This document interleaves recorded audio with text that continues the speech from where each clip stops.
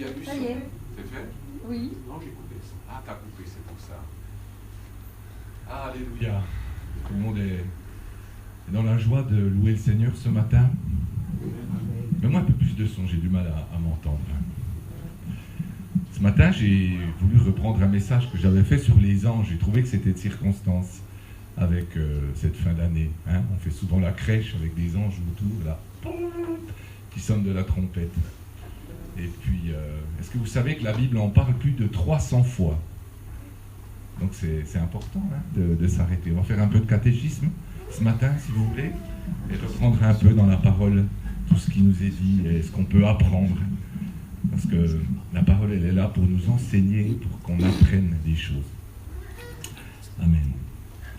Alors, est-ce que vous savez que ce sont des créatures de Dieu? Dieu les a créées comme nous, il nous a créés, nous les hommes. Qu'est-ce qu'il a créé encore? Les animaux? Hein? Oui. J'ai des auditeurs jeunes.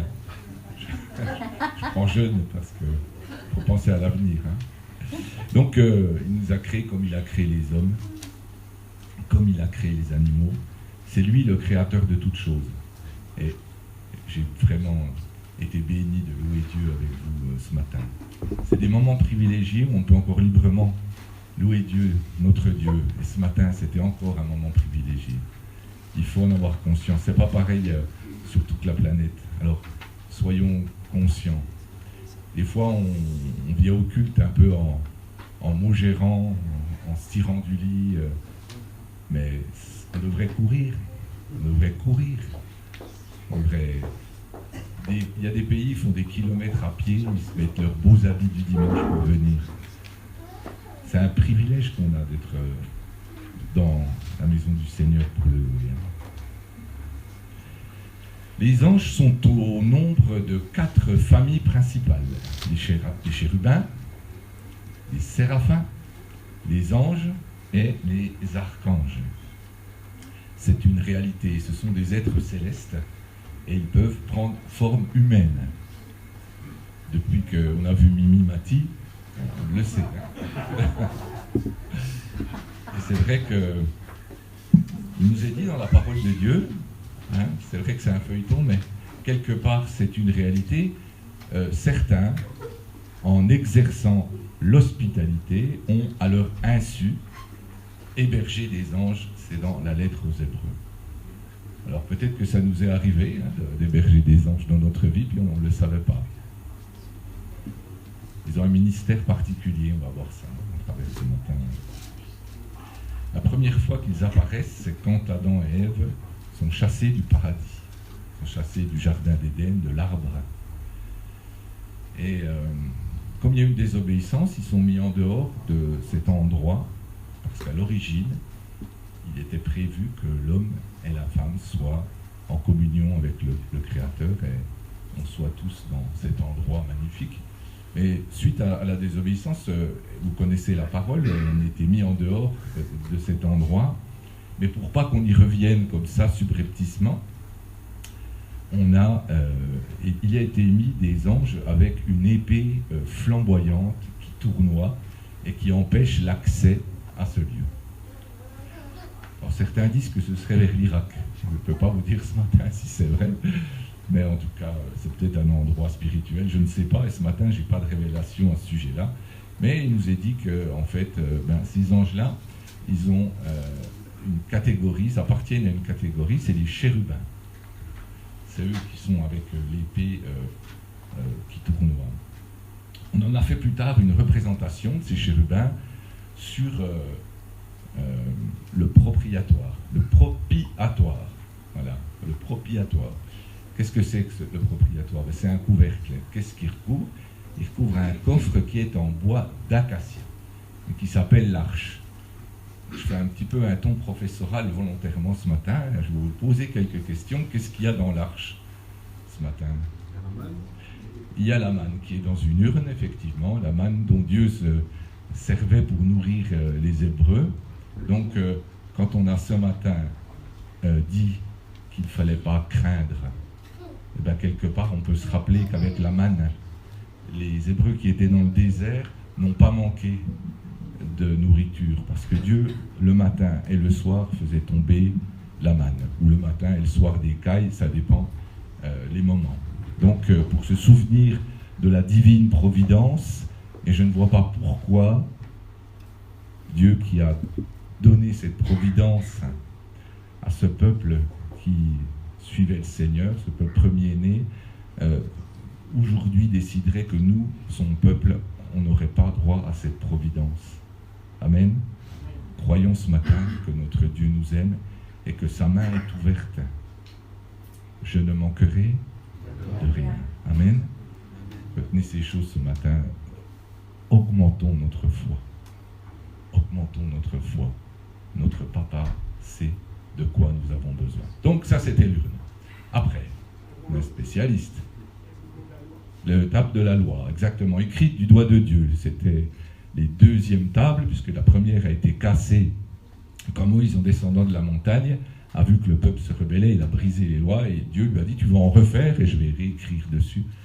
Et c'était écrit du doigt de Dieu, c'est les 10 commandements, qui se trouvent dans l'arche, qui est ce coffre en bois d'acacia. Voilà, troisième chose.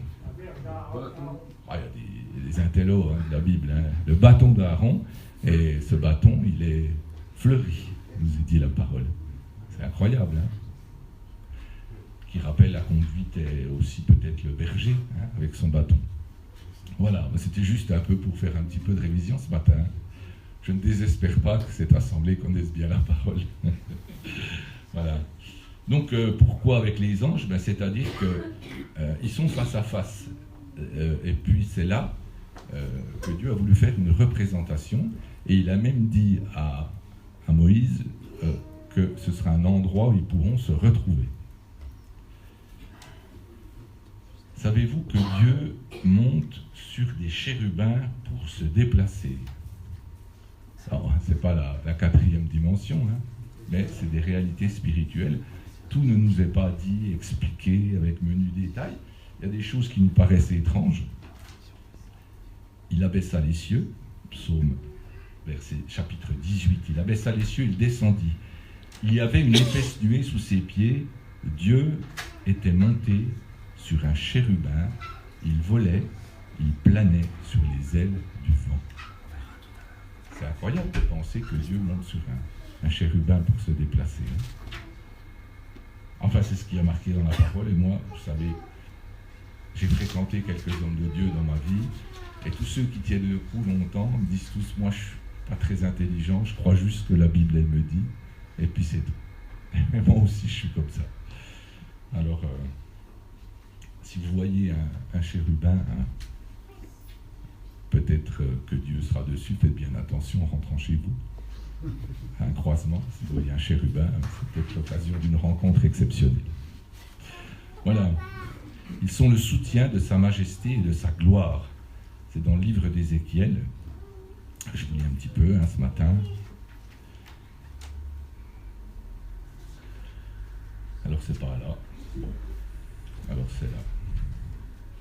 Les chérubins déployèrent leurs ailes, accompagnés de leurs roues, et la gloire du Dieu d'Israël était sur eux en haut. La gloire de l'Éternel s'éleva du milieu de la ville. Elle se déplaça sur la montagne qui est à l'Orient.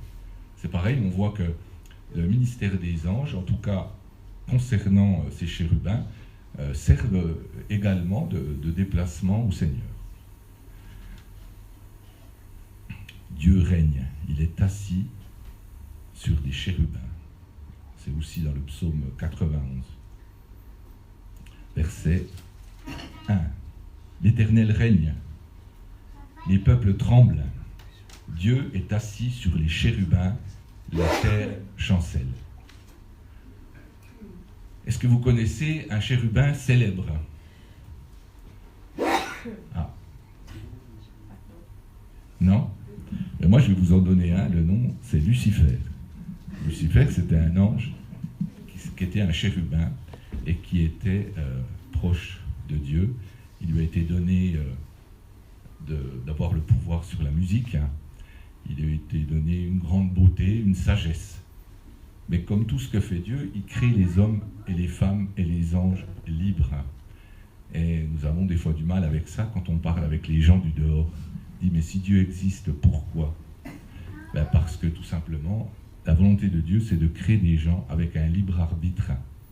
Et on a la possibilité de dire à Dieu, je ne veux pas de toi, je fais ma life. Mais non, je crois que le mieux, c'est de suivre ses voies. Mais chérubin, qui s'appelle Lucifer, lui, il a décidé de faire comme il voulait. Je vous en lis quelques passages, si vous êtes d'accord. Il y a un reproche qui lui est fait par le Seigneur dans le livre d'Ézéchiel. Tu étais un chérubin protecteur, aux ailes déployées. Je t'avais placé, tu étais sur une sainte montagne de Dieu. Tu marchais au milieu des pierres étincelantes. Tu as été intègre dans toutes tes voies, depuis le jour où tu fus créé, jusqu'à celui où l'iniquité a été trouvée chez toi. Par la grandeur de ton commerce, tu as été rempli de violence, tu as péché. Je te précipite de la montagne de Dieu, je te fais disparaître, chérubin protecteur, du milieu des pierres étincelantes. Ton cœur s'est élevé à cause de ta beauté, tu as corrompu ta sagesse par ton éclat et je te jette par terre. Voilà la sentence contre le diable qui était à l'origine un chérubin créé par Dieu, proche et magnifique. Et comme toute créature, comme je l'ai dit précédemment, il a la possibilité de dire, je vais faire moi Dieu à la place de Dieu. Mais ça ne marche pas longtemps. Après les chérubins, les séraphins. On n'a pas beaucoup de renseignements sur les séraphins, mais leur nom vient d'un mot hébreu qui veut dire brûler, saraph. Selon les Juifs, ils seraient une catégorie d'anges exerçant un ministère en rapport avec la sainteté divine et la purification des péchés. Est-ce que vous connaissez ce passage dans Isaïe où à un moment donné, il y a le feu de l'autel qui est là, et puis il y a quelqu'un qui a vu Dieu, puis il dit, je vais mourir. Parce que vous savez qu'on voit tout au long de la Bible qu'on ne peut pas voir Dieu et vivre. Donc il est dit, l'année, je vous lis ce passage, de la mort du roi Osias, je vis le Seigneur assis sur un trône très élevé, les pans de sa robe remplissaient le temple. Des séraphins se tenaient au-dessus de lui, ils avaient chacun 6 ailes, 2 dont ils se couvraient les pieds, 2 dont ils se servaient pour voler, et 2 pour se couvrir les pieds. Donc 2 la face, 2 les pieds, 2 pour voler. Ils ont 6 ailes. Ils criaient l'un à l'autre et disaient « Saint, Saint, Saint est le Seigneur et l'Éternel des armées, la terre est pleine de sa gloire. » Et alors le prophète est là, il dit « Malheur à moi, je suis perdu, car je suis un homme dont les lèvres sont impures, j'habite à milieu du peuple dont les lèvres sont impures, mes yeux ont vu le roi l'Éternel des armées. » Mais un des séraphins vola vers moi, tenant à la main une pierre ardente. Il l'avait prise sur l'autel avec des pincettes. Il toucha ma bouche et dit, « Ceci a touché tes lèvres, ton iniquité est enlevée et ton péché est expié. » C'est vraiment une annonce et une parabole de ce que Jésus a fait pour nous. C'est Dieu qui a fait le travail à travers son sacrifice pour que nous soyons lavés, purifiés et sauvés. Et là, le prophète Isaïe, il a cette vision, et à un moment donné, comme c'est un homme qui se trouve dans la présence de Dieu, il y a un séraphin qui est chargé, vous voyez, la mission du séraphin, parce que c'est les anges, le message ce matin, cette mission consiste à un rôle de purification à ce moment-là, dans l'Ancien Testament. Il prend une braise sur l'autel, et il lui touche les lèvres, et comme ça, il est purifié. Dans l'Apocalypse, il y a également, il nous parle d'êtres vivants devant le trône qui disent « Saint, Saint, Saint est le Seigneur » et qui ont des ailes également, chacun 6 ailes. Donc on peut penser que c'est également des séraphins. Ils ont tous un peu un travail particulier à faire. Maintenant, les archanges. Est-ce que vous connaissez des noms d'archanges ? Gabriel. Brûlez mon esprit. Gabriel. Michel. Ah, le beau nom. Raphaël. Également. Voilà des noms d'archanges. D'après le dictionnaire, ce sont des anges d'ordre supérieur. À travers ce qu'ils disent ou ce qu'ils font, on peut voir la volonté de Dieu. Michel, puisque vous en parlez, vous ai donné un enseignement à travers ce qu'il faisait, puisqu'il disputait avec le diable le corps de Moïse. Eh bien, Michel nous a dit la parole dans l'épître de Jude, n'a pas insulté le diable. J'en profite parce qu'à travers tout ça, on apprend. Et les insultes, la calomnie, c'est la voie des ténèbres. Et nous, bien-aimés, on n'est pas dans ce champ-là. Alors nous-mêmes, nos ennemis, on ne doit pas les calomnier, on ne doit pas, si vous voulez, les insulter. Et Michel, l'archange, n'a pas voulu insulter le diable. Il lui a simplement dit que le Seigneur te réprime ou te réprouve, selon les expressions. Voilà ce qu'a fait Michel, mais il y a bien d'autres passages où on voit que les anges combattent dans le ciel. On parlera de la prière tout à l'heure, qui est importante avec les anges. Donc ces anges d'ordre supérieur ont des missions particulières. On a parlé de Gabriel. Donc Gabriel, ça doit être celui qui est chargé de toutes les maternités, parce que où il va, il annonce des naissances. Quelle naissance a-t-il annoncé? La naissance de Jésus à Marie. Il lui a dit une grâce spéciale t'a été faite. Je viens t'annoncer que tu vas accoucher d'un enfant et tu l'appelleras du nom de Jésus. Donc là, dans ce cas-là, l'ange lui dit non seulement tu vas être enceinte par l'action du Saint-Esprit, mais également il va s'appeler Jésus. Il donne également comment il va l'appeler.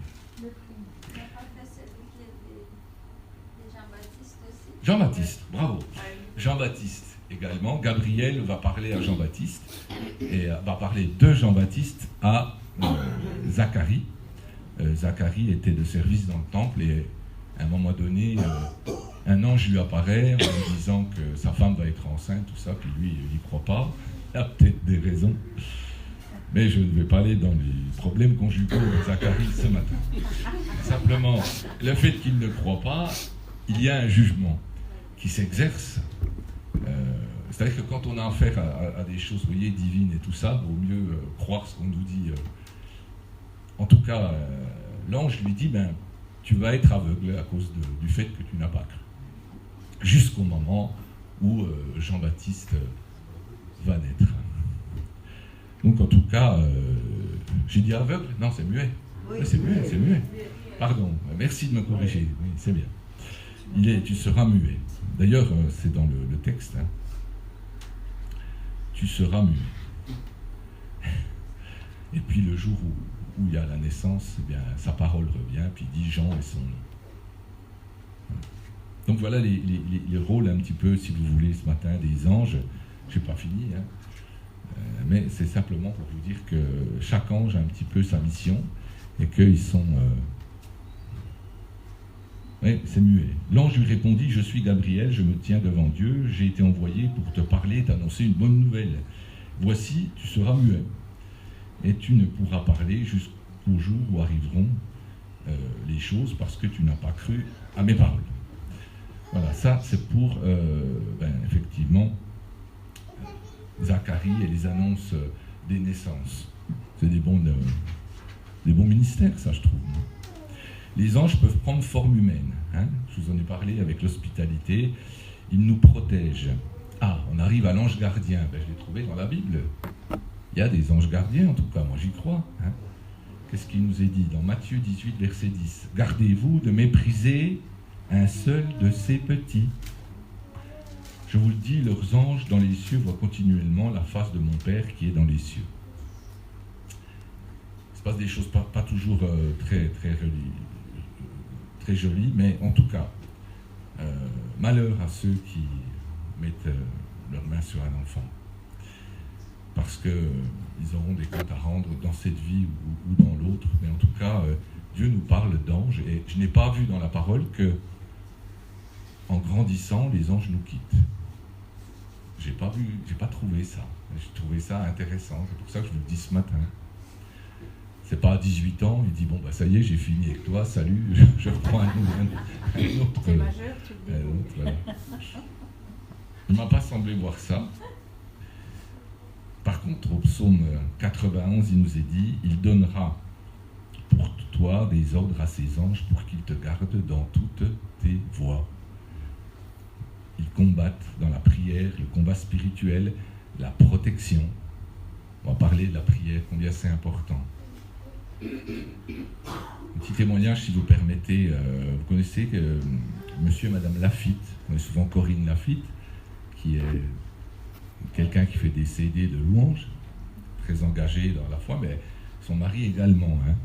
Son mari, donc, pendant des années, je ne sais pas s'il est encore de ce monde, mais ils ont vraiment eu à cœur, de par le Seigneur, d'intercéder pour le rideau de fer, en tout cas le mur de Berlin, et sont vraiment engagés dans cette œuvre pour prier régulièrement. Et c'est vrai qu'un jour, ce mur, il est tombé. Et ils sont allés plusieurs fois pour intercéder dans cette ville, un petit peu sous le sceau du secret. Et puis, il nous a raconté qu'ils ont eu un jour une vision d'un ange qui était là, et qui était à leur côté. Un ange qui était gros comme un immeuble, et qui, et qui marchait un peu comme ça, ils disaient, un peu comme ça. Et ils étaient vraiment surpris, mais ils ont eu cette révélation-là que, en fait, il y a un combat qui se passe dans les cieux par rapport aux choses terrestres, et le fait d'aller régulièrement à plusieurs pour intercéder, pour que, eh bien, le mur tombe, et puis que la parole du Seigneur puisse être librement proclamée, eh bien, un jour, ça arrive. Les anges ne connaissent pas tout. Par exemple, le vaste sujet qu'on entend tout le temps sur le retour du Seigneur, c'est que chaque année sur Internet, on nous annonce le retour de Jésus. Hein.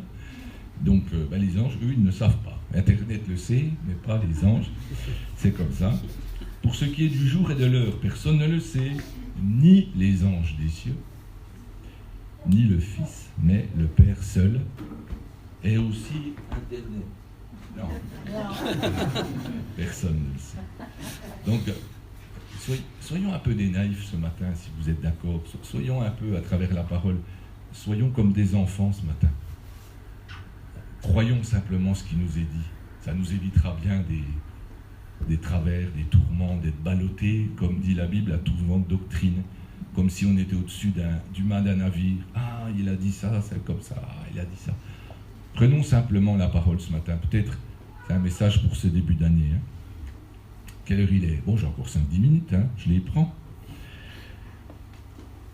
Quelque chose d'étrange également, ils aimeraient lire la Bible. Il nous a dit qu'ils aimeraient lire l'Évangile. Je n'ai pas tout bien compris, mais c'est marqué. Hein, c'est marqué dans 1 Pierre quelque chose, 1 Pierre 1, 2, non, 2 Pierre 2, 4. Non, c'est pas ça. Je vais le trouver. Il nous a dit qu'ils aimeraient plonger leur regard. Ils aimeraient plonger leur regard dans l'Évangile. Si vous le trouvez, vous l'avez trouvé? Non? Ils aimeraient y plonger leur regard. Non. Ils ont une autre mission, c'est de rassembler les élus au jour du jugement. Si vous le trouvez, vous me le dites. Hein, on s'appuie sur la parole pour parler, quoi. Alors, il y a un moment donné, vous savez que Dieu va décider qu'on va être enlevé, il va décider de rassembler les élus. À quelle période, j'en sais rien, mais c'est marqué comme ça. Il enverra les anges, ils rassembleront les élus des 4 vents, de l'extrémité de la terre jusqu'à l'extrémité du ciel. Bon. C'est un peu mystérieux, mais les anges ont aussi un ministère peut-être de rassembler. C'est intéressant. Il y a aussi un rôle d'exécuteur pour certains anges. Quand il s'agit de la 10e plaie d'Égypte, eh bien, Dieu dit qu'il envoie l'ange exterminateur. Donc il y a des anges qui ont une charge d'exterminer. Voilà.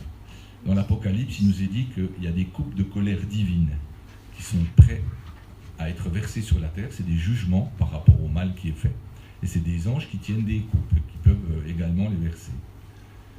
Les anges sont éternels et ne se marient pas. C'est Jésus qui dit ça, on va lire ça, Luc 20, versets 35-36. Ceux qui sont trouvés dignes d'avoir part au siècle à venir à la résurrection des morts ne prendront ni femme ni mari, ils ne pourront plus mourir, ils seront semblables aux anges. Ils seront fils de Dieu. Dans leurs conditions célestes, je parle. Les anges déchus.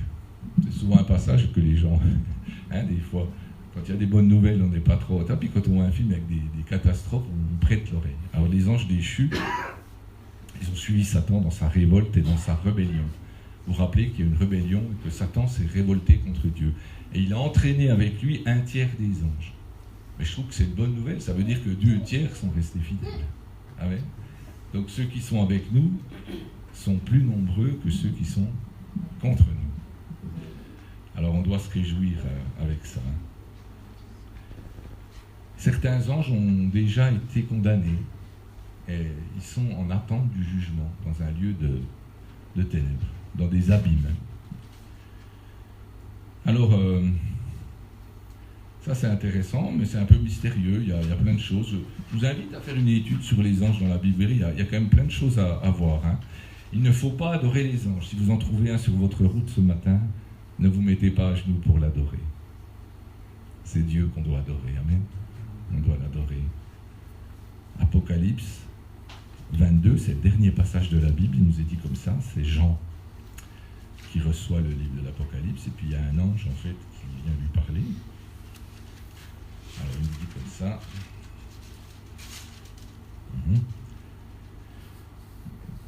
Il me dit, ce sont les paroles certaines et véritables. Le Seigneur, le Dieu des esprits des prophètes, a envoyé son ange pour montrer à ses serviteurs les choses qui doivent arriver bientôt. Heureux celui qui garde les paroles et la prophétie de ce livre. C'est moi, Jean, qui ai entendu ces choses. Et quand j'ai entendu et vu, je tombais aux pieds de l'ange qui me les montrait pour l'adorer. Mais il me dit, garde-toi de le faire. Je suis ton compagnon de service et celui de tes frères et les prophètes.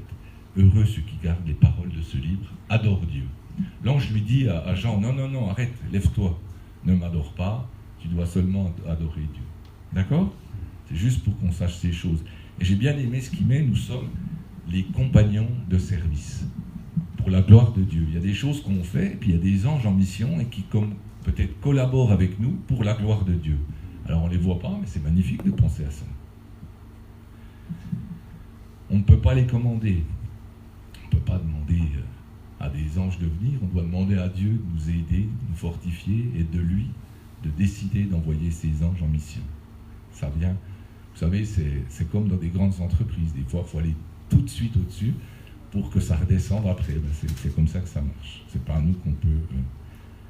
En tout cas, c'est marqué que quand un pécheur se repent, les anges dansent dans le ciel. Amen. Ça, c'est beau, ça. Quand un pécheur se repent, les anges dansent dans le ciel. Alors, ils dansent, et moi, je suis vraiment émerveillé d'avoir ça, parce que quand ils sont en mission, mais qu'ils sont à voir que des gens font un pas avec Dieu, tout le monde se réjouit, quoi. Ça, c'est mystérieux, mais ils sont... nous dit la parole dans la lettre aux Hébreux, ils sont envoyés pour exercer un ministère en faveur de ceux qui doivent hériter du salut.